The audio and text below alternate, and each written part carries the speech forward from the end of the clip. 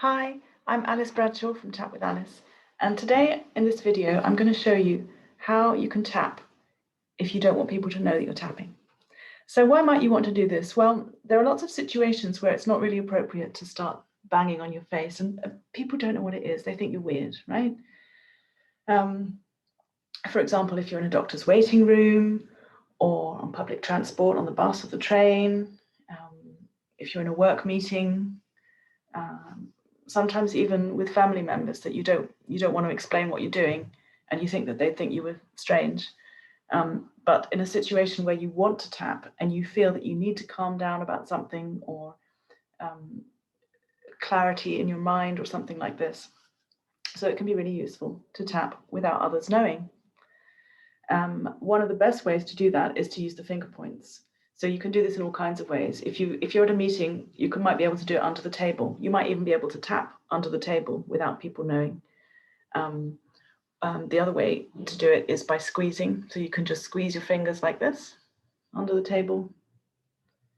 And squeeze the finger points. Nobody's going to know. They might not even notice what you're doing.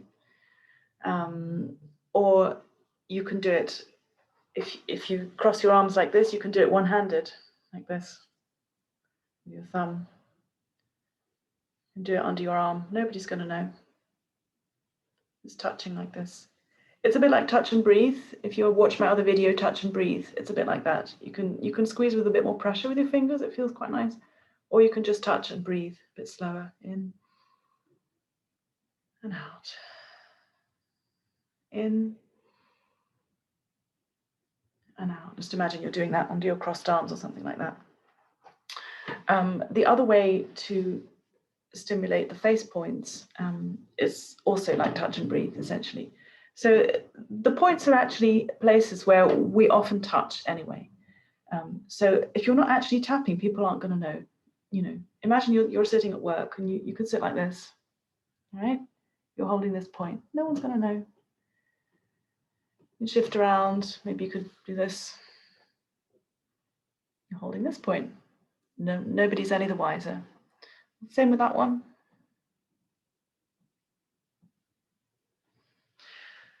Lean back in your chair, have a stretch. You're holding the top of your head point. No one's going to know. You're focusing really hard. You could actually hold these points as well, like that, or like this, something like this, or just like that with one arm. Hold that point. You could even possibly hold that one. You could sort of do that, or you can experiment, decide depending on how big your hands are and compared with your face. See what works for you. Just hold for a few seconds and breathe in and out, like this.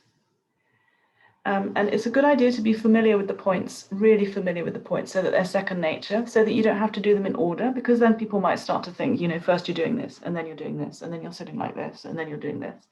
That might start to look a bit odd. But if you just hold a couple of points like this, any old order, you can do the collarbone points like this. You could cross one arm and rest the other like that, and just sort of, you could hold both together, or just put your hand across it like this, across the 2 points.